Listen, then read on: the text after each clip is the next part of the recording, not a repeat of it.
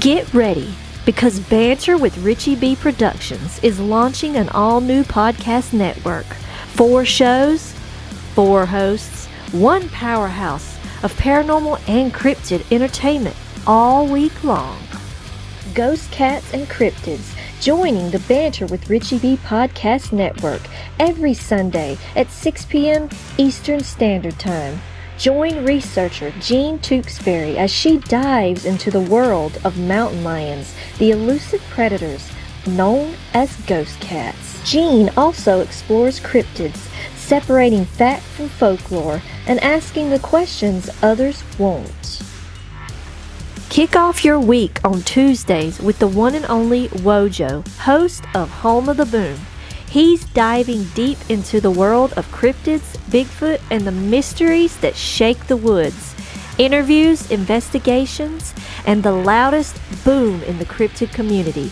Every Tuesday from 7 to 8 p.m. Eastern Standard Time. Fridays get a little darker and a whole lot prettier. Join Sam from Sam's Pretty Paranormal, where makeup meets the macabre.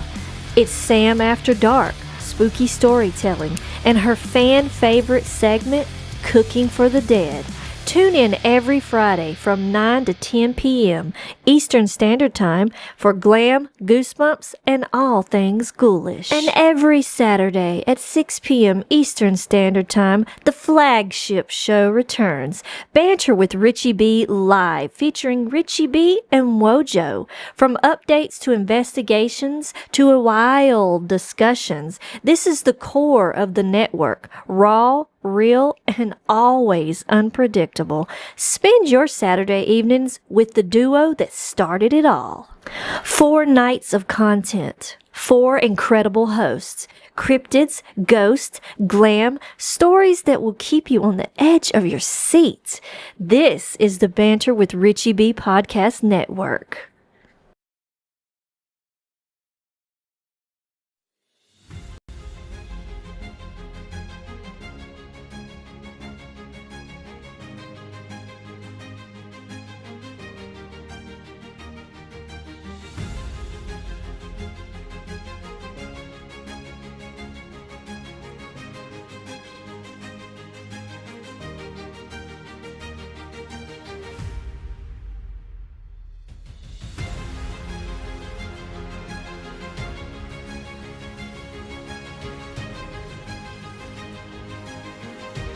That one is just absolutely beautiful.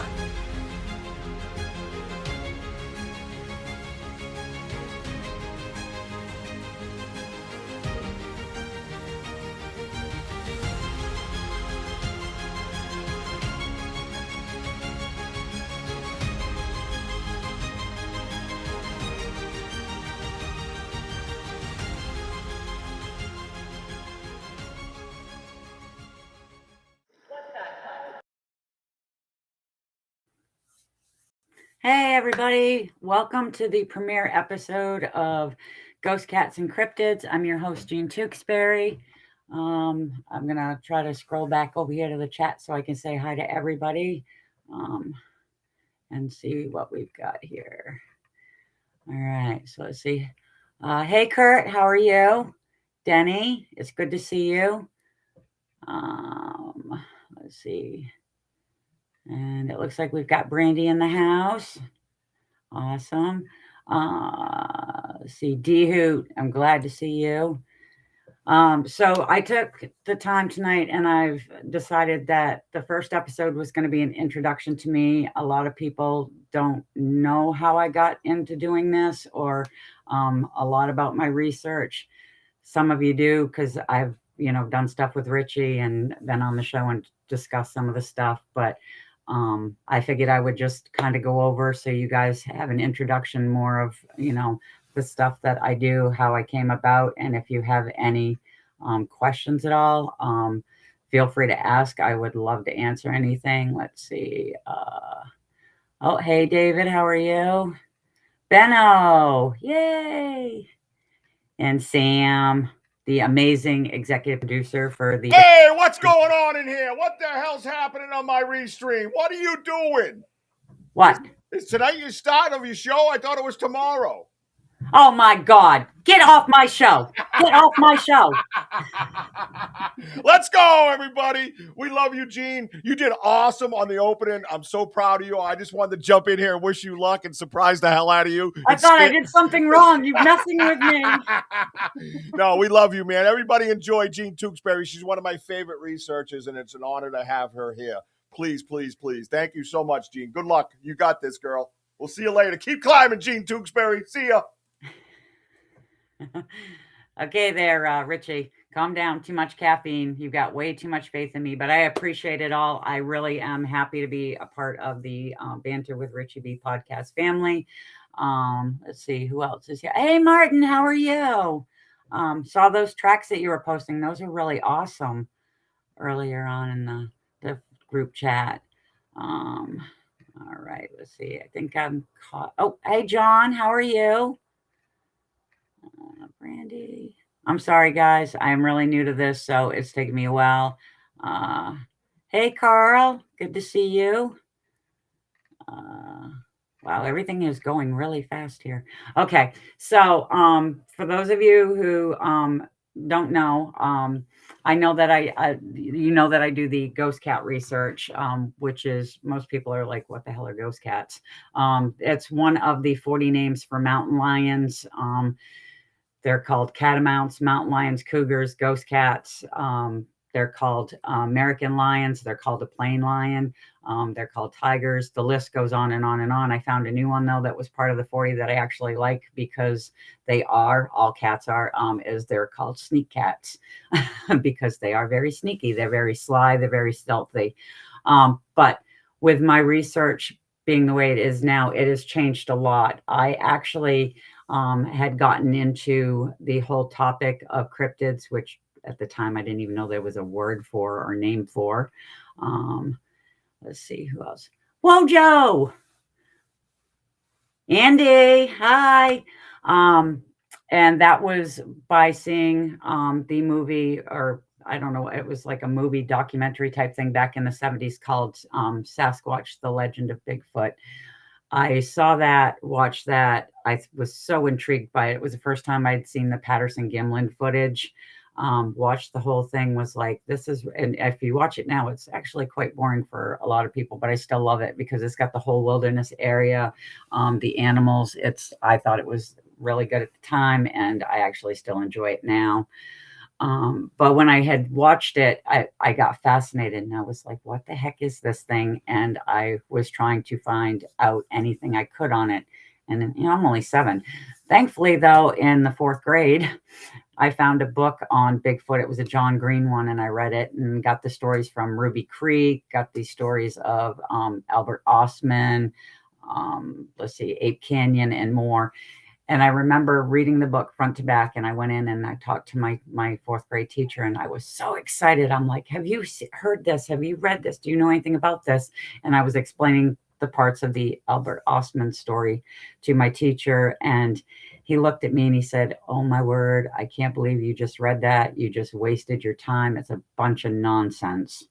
Okay, well, 9 years old now, devastated because I had a difficult time in school being able to read and understand, comprehend what I was reading. And to have him tell me that, I was just floored. So I said, that's it. I'm not going to talk about it again. I still researched the stuff, continued on, and I was able to work at the ICM for a while. And I learned a lot more about cryptozoology. It was amazing, an amazing experience. I was able to learn about animals that are extinct, that they're possibly still here, like the thylacine, and how the coelacanth came about. That was an animal that was thought to be extinct for 65 million years, and it was rediscovered in 1936. So I was talking with a person, and they were like, well, you ought to look into mountain lions and, well, mystery cats in your area. When you say mystery cats to me, I automatically assume that you're talking black cats, or black panthers, as most people like to call them. And I was kind of like, what? And the person was like, no, you need to look into mountain lions. The area that you live in Lincoln County has got the highest concentration, and they're thought to be extinct in the state. No, they're not. I said, I grew up in Mid-Coast, Maine, in Rockland, and it's by the ocean. So you didn't have a whole lot of animals, but every now and then you would get reports of like a bear coming through, or you'd see a moose, and you'd hear stories of a big cat, a mountain lion, bobcat, whatever. And so it was not a common thing to have around, but you would have you seen any Bigfoot prints while out tracking big cats? No, I have not. I have seen some Bigfoot tracks when I was out doing that, but I have not seen any while I'm tracking big cats. D-Hoot. That's a good question. Hey, Cooley, UFO. Yay. I'm glad you could make it. So going back and forth, I ended up finding out that I was wrong. This person was right. They were considered to be extinct within the state, or extinct. They were still listed as being an animal here, but it was they were thought to be extinct, they hadn't been around for 100 years, which is okay. Not true. Not with the sightings that I'd heard. I mean, I had people coming up to me in the 1990s telling me about, one gentleman had one cross on Route 9 in front of his car. He got out to actually see where it had gone, and he couldn't see it, but he did say that from the bushes was a very low, very subtle growl. So he decided that it was time to get in his car and leave. Mountain buck screaming. My dog's bust through the screen door. Wow. Holy cow. Really, dude? That's amazing. And yeah, now see, first show, I'm going to screw up. I'm sorry. I really do apologize. And then again, another gentleman, I was volunteering at a school. Well, my son was at another school in the same district, and the bus driver, I would help at the end of the day with the kids. I'd get on the bus and help deliver them, and then I would end up at the other school where my son was to pick him up. And one day we were talking, and he was telling me that he was driving to the school back in 1993. And as he was coming down over the hill, because there's a hill that comes down, it's a marsh area on both sides of the road. One's got a big field with a rock wall on the other side of it. But as he was coming down, he saw this very large cat. He said it was completely tawny, long, thick tail, black at the end. And he just couldn't believe what he was seeing. It was 7:30 in the morning, and he had talked to a couple of his friends to tell him what he had seen. And they told him, "Oh, no, you saw a bobcat." And as he's telling me this, I didn't think much of it. I mean, like I said, I'd heard stories and everything about them. And that all turned around and changed on me when it became April 2nd of 2022, because I had taken my daughter to work, and coming down over the hill in that same area, but the opposite way, I see an animal coming out from this little where the culvert is, and I slowed down, and I swore when it came out I was going to hit it. I was in a little Nissan Juke, so the car's not that big, and as I slowed down, the thing came out, and it was a large feline, and it's running along the front side of my passenger side car. So I'm going slow, trying not to hit it, because it is running right up the road. And it went probably a good 50, 60 yards straight up, still in front of my vehicle on that side. And then it just took one heck of a leap, leapt sideways. You could see the tail and everything. And I'm looking, going, what the heck? I just about hit a little leopard, because I did not realize at the time that mountain lions, when they are small, are a rusty brown with big black spots all over them. And that's what this had. And the tail was long, and it had that black tip on the end. I got up to the top of the hill, turned around, came back down, parked my car, got out, and I went looking for it where it had gone in. And that was stupid, because where it was so young. Hey, Mary, how are you?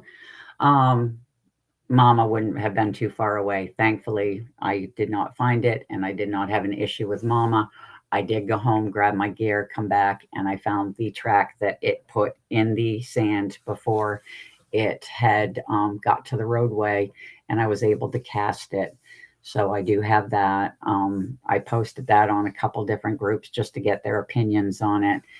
I was asked if I had reported it to wardens, and I said no, because just like most people here, we don't report to the wardens, because what you end up getting is you saw a bobcat, you saw a lab, you saw anything but a mountain lion, because they're not here.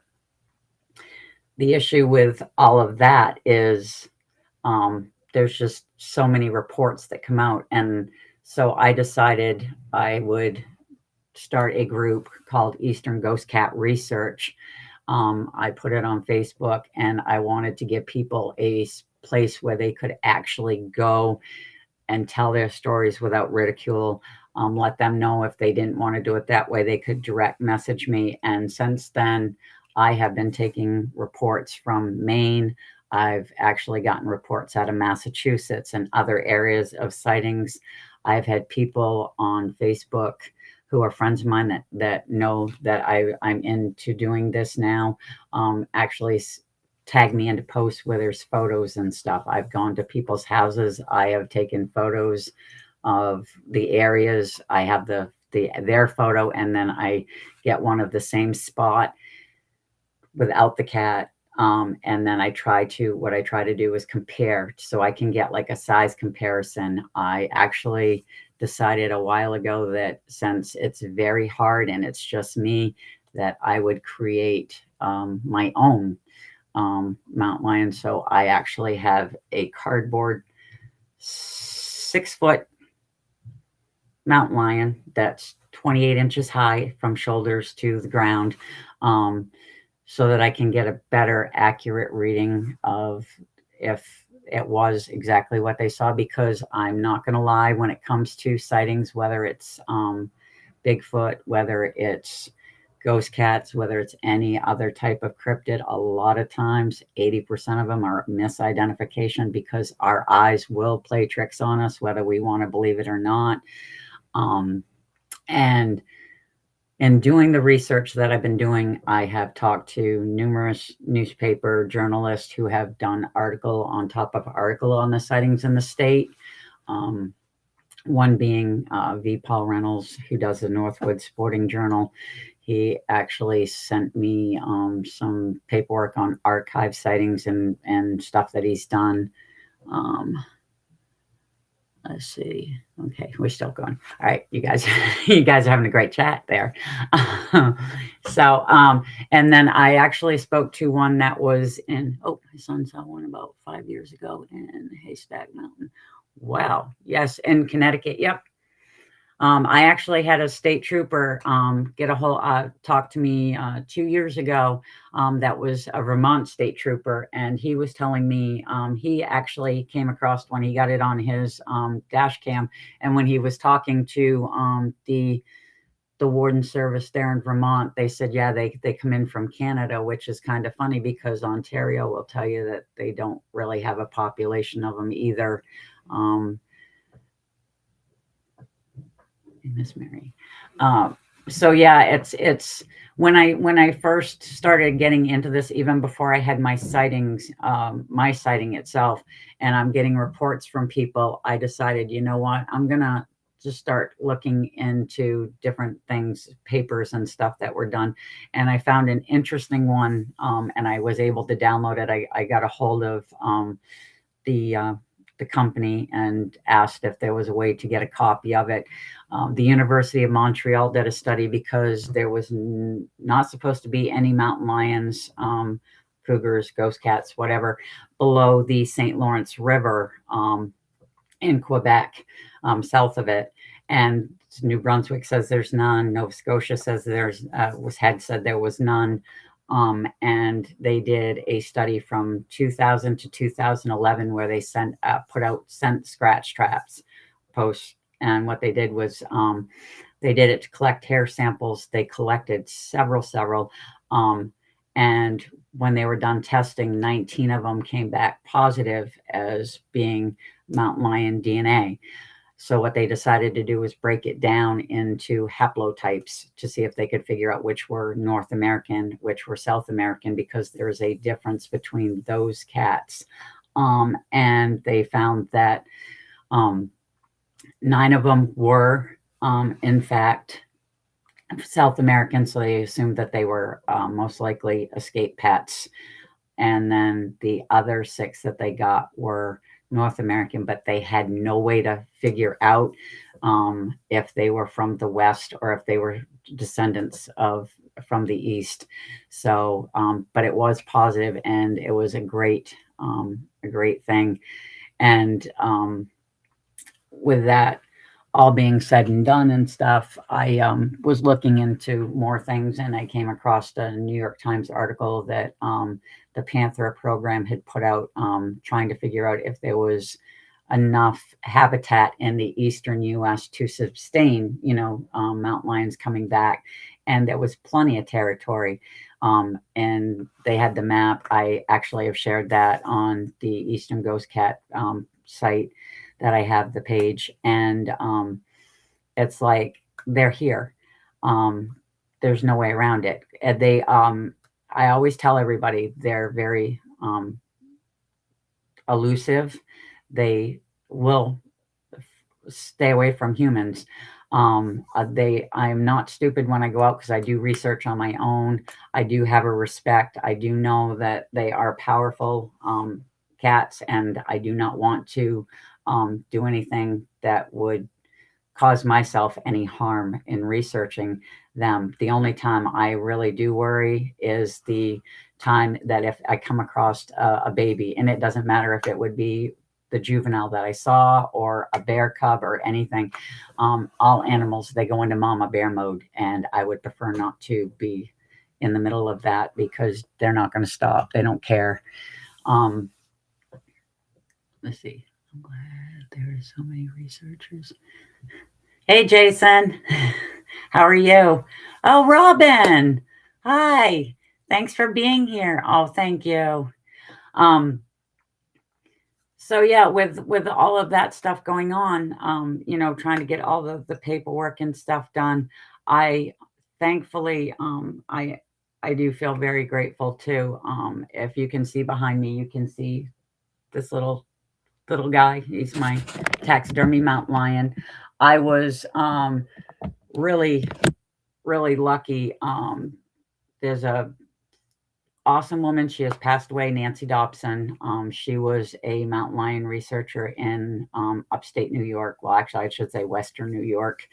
And she had passed away, and her family had reached out to see if there was anybody who could keep her research going.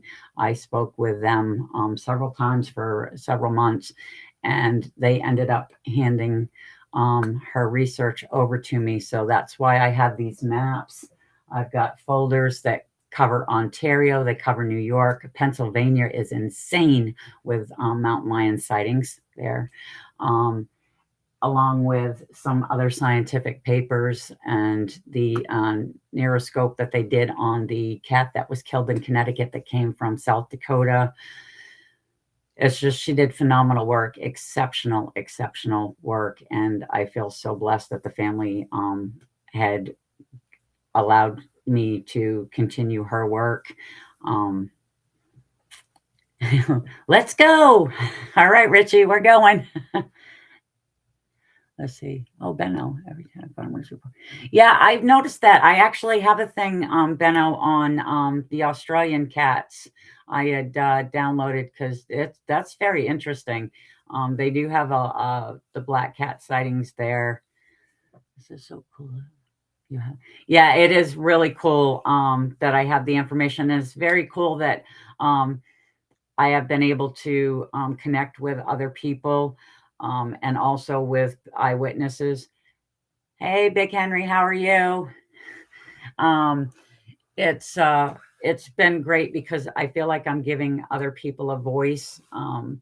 And I know that even when I do get some reports, they may not be, but at least it gives them somebody to actually talk to try to see if, did they possibly see this, or could it have been something else? I've had people, when I gave a talk, not last year, but the year before, somebody had come to that, and she ended up messaging me and sending me a photo of a skull she found on her property, and she thought it might be a big cat, whether bobcat, lynx, or a mountain lion. And I had to break it to her gently that it was a fox skull. I am very, very into the skulls and stuff. I like to know the anatomy. I like to know the animal. I want to know what I'm talking about and make sure that I can, I'm telling people correctly. And I just, I love this research. I love being able to be out in the field. It's my happy place. Well, Richie knows it's his happy place. Whoa, Joe, everybody that gets out there. It's nice just being out to nature. And 90% of the time to 98% of the time, I don't find anything. But it's still nice to be out there and to at least try to, hey, Tim, it's great to see you. No, there is no difference between cougars and mountain lions. They're the same exact species. It's just different names. They are the only cat in the world that has 40 different names. And I have the list of all of the names. They can be called cougars, mountain lions. They can be called catamounts, ghost cats. We went over this earlier. American lions. They can be called all kinds of different things. So yeah, it is the same exact cat. The thing about these animals that I find very intriguing is the fact that they are the most adaptable animal in the world. They can live anywhere from the tropics of South America to the Arctic temperatures in Alberta. They can live in marsh areas. They can live in deserts. They can live in forest areas. And then I have this shirt on, and he will be one of the topics on another episode, but P22, who actually lived in Los Angeles, California, in a park there. Like I said, he'll be a different topic because I have a lot of information on him. And I love P22 because he actually was able to show people that you can coexist with these animals. Let's see. Okay, thanks. Oh, no problem. I'm glad you asked. A lot of people do ask that. Snow leopards as well. No, snow leopards. Oh, yeah, snow leopards. Trying to figure out, what about snow leopards? Jason, this is snow leopards as well. Yeah, Brandy, they're very amazing. And I did an interview with Mike Tinsley from the New Hampshire Bigfoot group. And I say this to everybody. And then when I was talking to him, I said the same thing too. Yes, they're supposed to be extinct in the eastern U.S., but if you are hunted to the point of extinction, okay, are you going to go near what puts you in that position in the first place? My theory on these big cats, at least in my area, because a lot of the sightings come around wetland areas, marshes, areas that they can get to that we can't. And when I do my research, it's a lot like, there was somebody, can you rehabilitate mountain lions? Car Strike is a place in New England that does that. I don't know if there's a place in New England that does that. I mean, they can most likely, Gray's Animal Park has some mountain lions. That's the state of Maine, park. They would probably do it. And then, there's Dew Haven that I've been there. They've got a couple of mountain lions, but I don't think that they are they equipped to. They might be.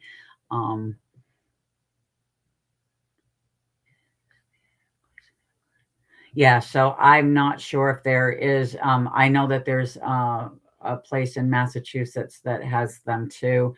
So I'm not really sure about the rehab things if there was. Thermal footage of a test. Oh my goodness. Yeah, I did a talk for the Vogels back in 2019 because Tim asked me to, and I told him no at first, but then you can see right now I love to talk. And so I decided to do it, but I did it on my Bigfoot and on cryptozoology itself. And one of the things that I discussed was the Tasmanian tiger, because they are so amazing. An animal that can unhinge its jaw. It looks like a dog. It's marsupial.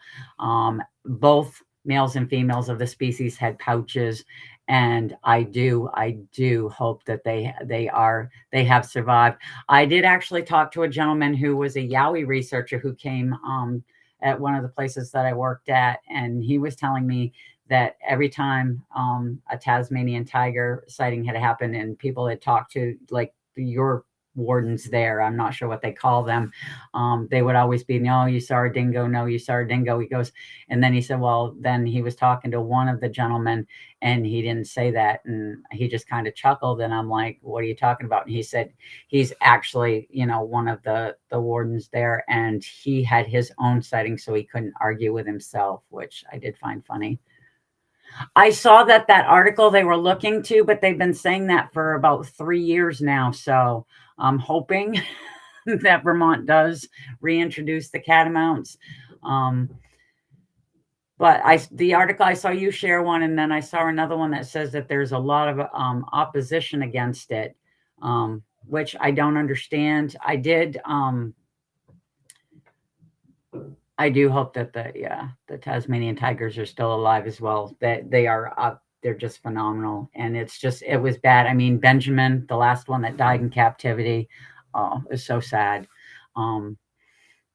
But with the I don't know how, there's like I said, a lot of opposition with that, with the catamount reintroduction.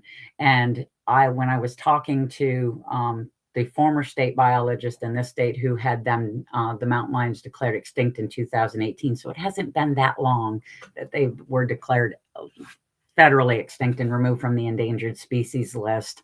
But when I was talking to him, he was like, oh no, we can't, keep it a secret. Because I said, a lot of people say that, it's very robotic they're told by the wardens, that's not what you saw. You saw a dog, you saw this, you saw a bobcat, you saw whatever. And he was like, no. And then I said, I keep getting told that I am going to open up this big can of worms with trying to prove that they are still here, because everybody's they're going to mess with the logging companies, and they're going to, you won't be able to hunt, you won't be able to do this, they're going to need to be protected.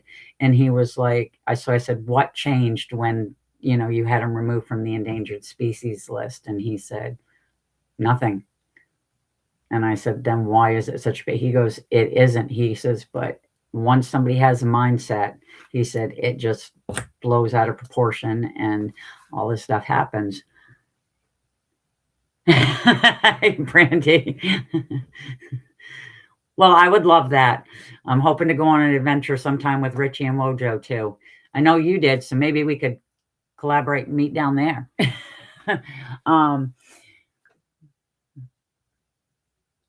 Oh, that's cool. I would love to see that footage there, Benno. Yeah, it's insane. I know you guys are, and you didn't make that post shareable. I really wanted to share that you guys were going to be there, but it wouldn't let me do it. Yeah, I saw that you had taken several reports. Holy crap. Yeah, and I've got one for to add to you guys too, because I had somebody reach out to me on Messenger there because they saw the other interview that I did.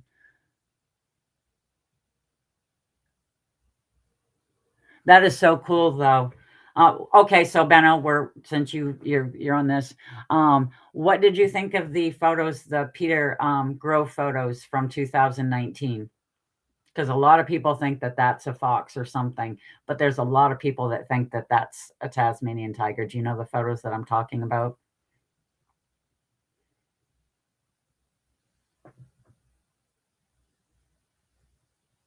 You don't trust them. Yeah, well, a lot of people don't trust any government, so.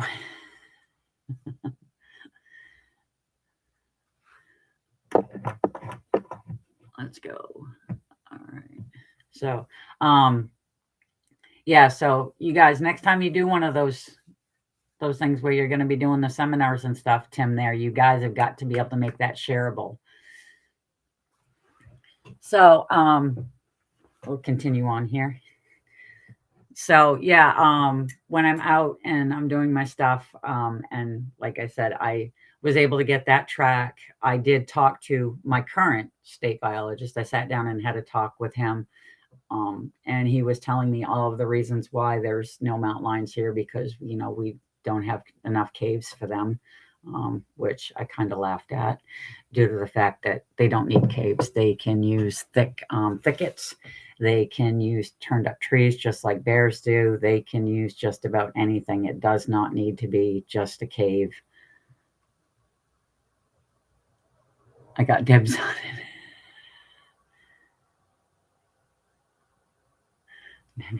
it. So yeah, we were arguing over that. And then I showed him the photo of my track, and I loved the whole expression on his face, because he was literally looking at this thing going, oh my God, this is not symmetrical, because canine tracks are symmetrical. He goes, this is asymmetrical. And he's going, this is, wow, this is cool. This is not symmetrical. This is asymmetrical. And he's looking at the photo and he's doing all that. And I know Richie's going to want to tie my hands here pretty soon, because they're flailing all about. But he finally, after going back and forth, he's like, oh my gosh, they're rounded. There's no defining claw marks. He's like, where did you get this? And I explained my sighting. And can you see the large head of proportions in some frames? Definitely not a dingo, or yeah. Awesome. Thank you for that, Benno. And so I explained my sighting to him, and he literally just handed back the photo, and he said, you're saying that we have a breeding population. You're wrong. Da, da, da, da, da. And he just dropped it. He would not talk anymore. I had shown him a photo of a picture that was sent to me. I went and checked out the property. He told me that it was a regular house cat or a gray fox, but it wasn't a mountain lion. And I said, really? I said, so you see the comparison here? Because like I said, I do comparison photos, and in the comparison where the trees are, there is a 2-foot stump when you have it without the cat. Now with the cat in there, you can't see that 2-foot stump. A house cat's not going to cover a 2-foot stump that is probably about a good 2 feet in diameter. And yeah, so we went back and forth. He more or less told me that I didn't know what I was talking about, but then told me I do a great job and he would like to be kept informed. And he also asked me if I could hand over some of the newspaper articles, because I have a collection since the 1990s, and it actually has the one where they got confirmed hair sightings out of Cape Elizabeth. And for some reason, they don't have that report. So that article or anything on it. So he asked if he could have a copy of it, and then asked if I would be willing to share with another one of the biologists for the state. And so I was like, sure. Jean, is there a large amount of researchers in New England or low numbers? A large amount of researchers for what, Wojo?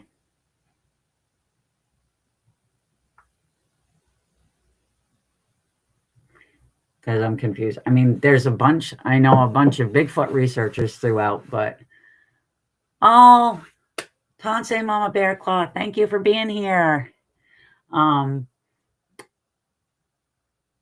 Yeah, so I mean, I know that there's a large number of researchers for like Bigfoot and other stuff. I know with the big cats, I don't know too many people that do. I've actually there's a Maine Bigfoot Foundation group here in Maine, and one of the members, yeah, okay. Yeah, and I don't know of many. There's probably a couple, but I don't know of any, because I have been at least in this state, I've been told that people are extremely happy that somebody's finally actually looking into stuff. I mean, they have an interest, but they're not doing anything. I'm actually documenting now. Like I said, I will go to people's homes and stuff. Yeah, I got that. Well, the bobcats, we have plenty of bobcats. We actually have plenty of Canadian lynx too. I know that those are endangered, but we have a crap ton, and they're thriving, because if you go on to the Maine wildlife page, people are getting photos left and right of lynx and baby lynx.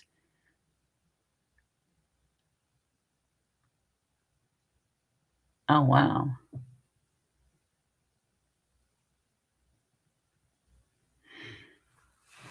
I know here they're supposed to be, Henry, you said last I heard they're still protected. They're not federally protected here.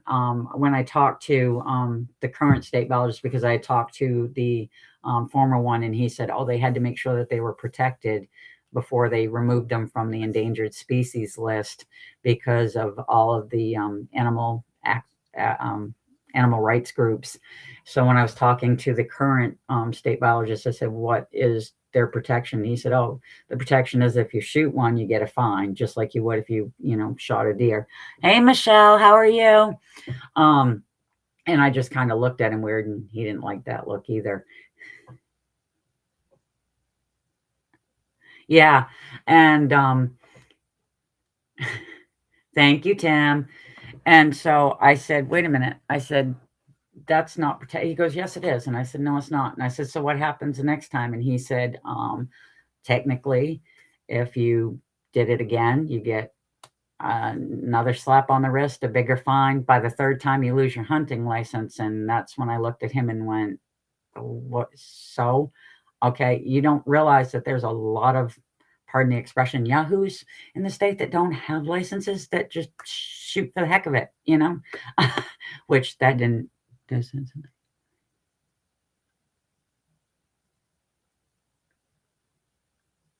Yeah, we were discussing that, Martin. You were telling me about that you had had heard of some sightings and stuff. So yeah, we got into a little bit of a, I don't know, let's just say pissing contest, because I thought he was wrong. He thinks he's right. Because literally he told me to, with the mountain lions, because they are a big cat and they are scary to most people. If you have one come across your property, you have the right to shoot it, because you can just say that you felt like your life was in danger, which I don't agree with. I mean, if it is attacking an animal or something, yeah. But I follow, and when I started doing this, I got this book. This is my Bible on research. This is Bruce S. Wright's Ghosts of North America. It's from 1953. He was a wildlife biologist who is out of New Brunswick. He passed away in the 70s, but he was working in New Brunswick fighting a fire when one of his colleagues had seen a mountain lion, and they both kind of stood there, and the guy was like, oh my gosh, did you see that mountain lion? And Bruce stood there, and he was like, what? They're not supposed to be here. While being a wildlife biologist, he decided, you know what, I'm going to look into this. And he has sightings, because they were supposed to be extirpated in New England, at least for Maine, in the late 1800s. And he's got reports that go from 1901 up to the 1950s, one including a Maine warden who shot at one, realizing what he was shooting at after the fact, and was glad that he missed. But I love his work, because he was talking about camera scent traps. And then you have the University of Montreal, who actually did the scent scratch traps, where they got their hair samples. They did at one point recognize mountain lions in New Brunswick again, but it was after he had passed. So it was kind of sad that he didn't get to be told that he was right.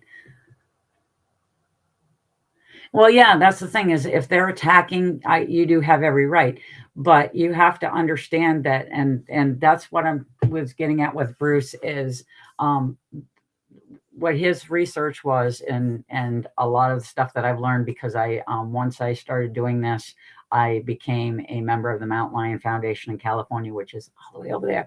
But they have they have the knowledge, they have this stuff. So it's good to be able to follow and get updated information, because Bruce said there's no way to tell the difference between mountain lions from the east and mountain lions from the west. They're the same damn species, and you will have scientists go subspecies this, subspecies that. And the former state biologist said it's one species. They do like to do the subspecies thing, but it's one species, unless you have had one that was from South America that was a pet that had been released. And they do, then you're going to get, it will be a different species of it.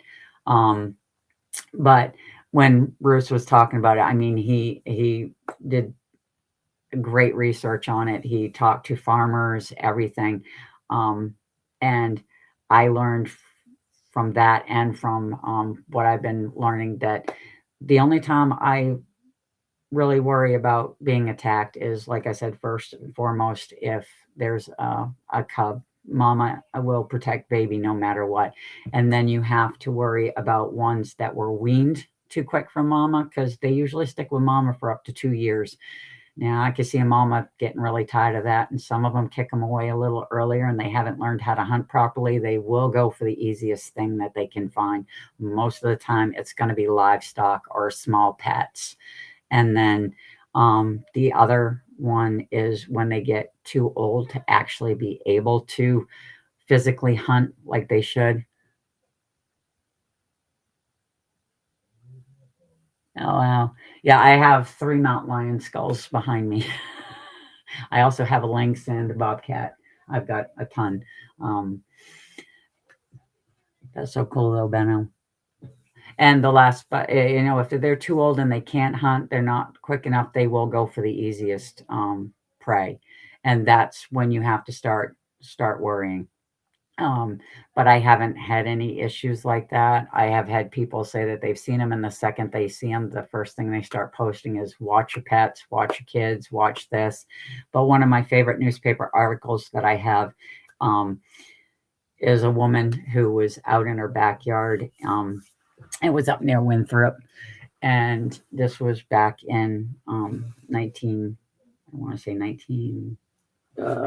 Hold on, let me find it. See, this is why I love having this right here, because it's like right. Look at this. These are all of my newspaper articles. I go right through. Let's see, where was it? I just want to make sure I get the town right. That's all, because the story itself, I have that like completely memorized, because it is like the most fascinating freaking article. The woman was just incredible with her description and everything that she did. And let's see. All right, you know what? I should have been a little more prepared. See? A little more prepared.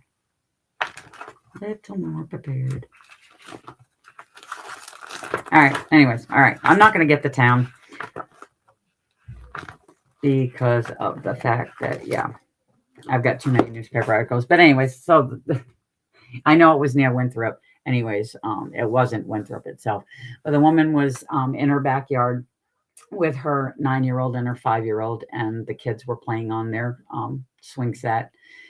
And the youngest one happened to look out into the field. It was like a little marsh area behind her house, and see a tail and screams out, "Lion!"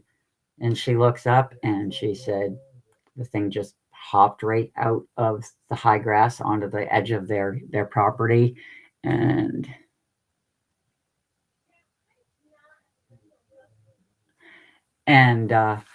was walking along kind of like stealthily. Well, the 9-year-old freaked out a little bit and started backing up, and she was trying to get the kids together, but he was freaking out and wanted to get to the house.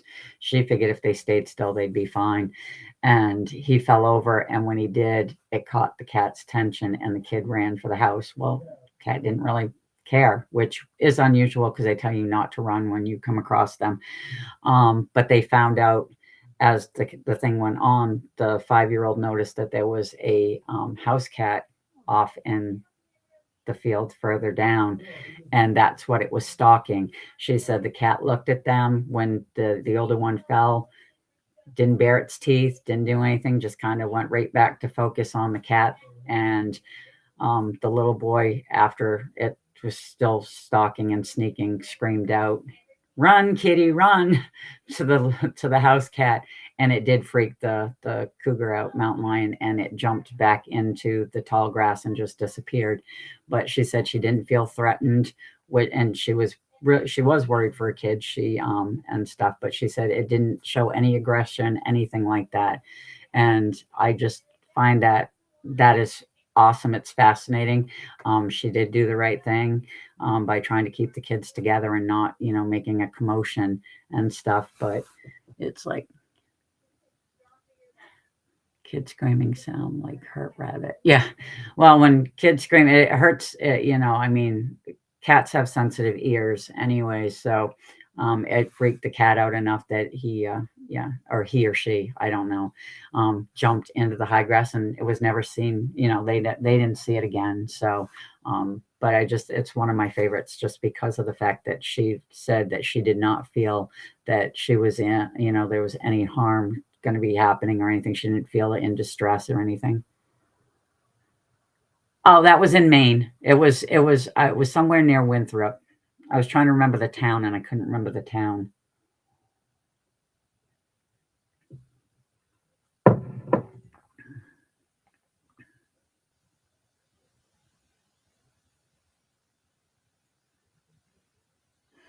Kelly.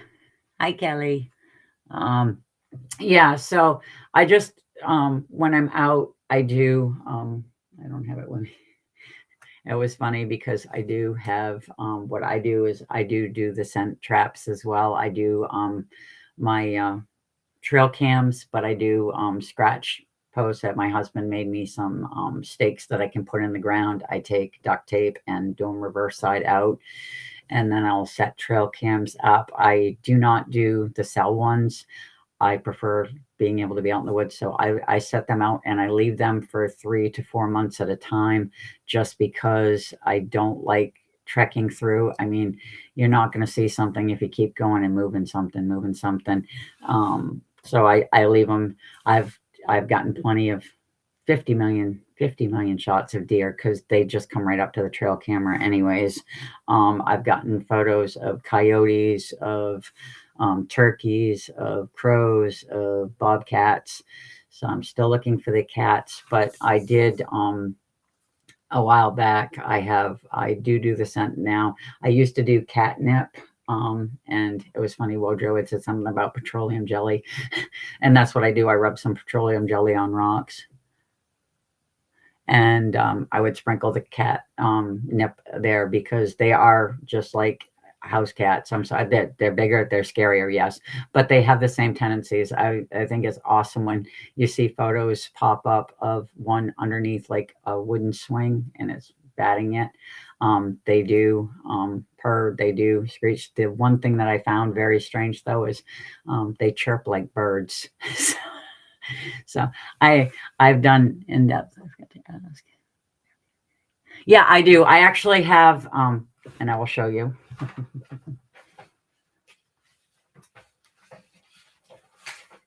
I have this right here is paperwork, and this is all of, well, this is the states. This isn't, none of mine are in here, but these are the reports. It's like 12 pages from 1938 when the last known mountain lion in the state was killed by a Quebec hunter, right up until, what was the last date on here?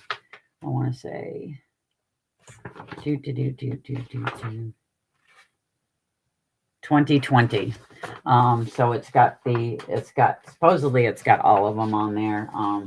The mountain lion, and it also has wolf ones too, because there was a nice photo. I follow the Wolf Coalition of Maine, and there's been some nice photos. Not sure if it's a wolf, but there's a couple different. Then if not, they are very, very big furry coyotes.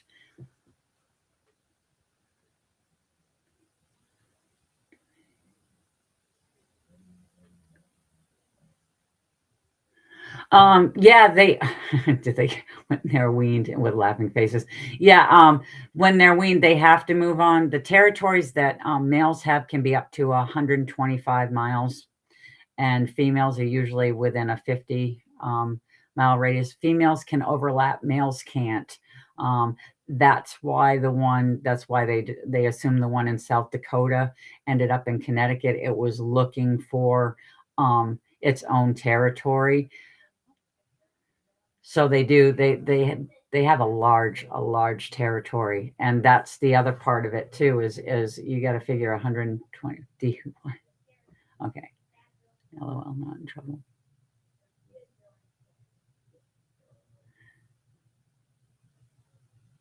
Yeah, so when they're weaned, yes, hoot with the laughing faces. They do look for new territory. Third time is a charm. Okay. Yeah, so it's just there's a lot to kind of take in with the stuff, and yeah, I have kind of bouncing around, but that's just because the knowledge is just going here, there, and everywhere. Plus, we're going off topic a little bit here with other stuff. Hello, Auntie Mr. Maria.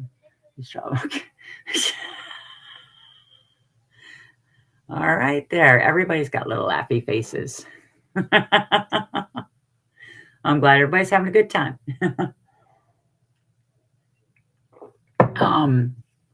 Yeah, so I do have, when I said the scent traps and stuff, I got it but I have a huge bottle of cougar urine. Manchester Wildman Research. I'd like to talk about your area of research and share some information. Can you get? Oh.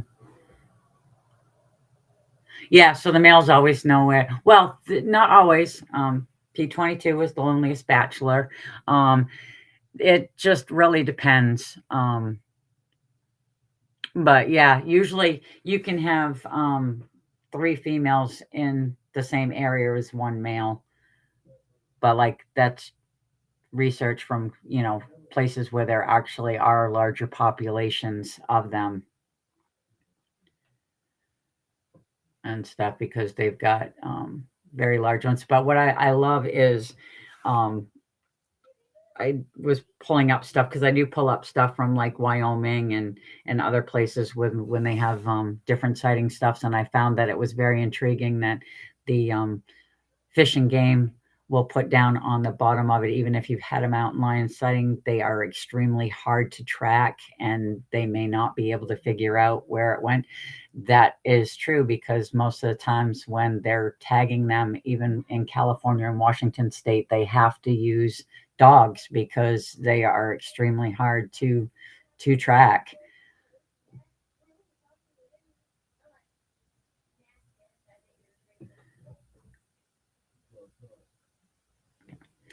So I hope this was informative. I hope you guys enjoyed it. I'm gonna probably just get ready to say my goodbyes and call it a night. And I just want to say thanks again, Richie, for inviting me into the Banter with Richie B podcast family. Well, actually into the family altogether. And remember to watch Wojo's show Tuesday. And then, of course, you've got Sam After Dark. And then Richie's back on Saturday. And when it comes to research, everybody just remember, sometimes you have to say, what the hell? Signing off.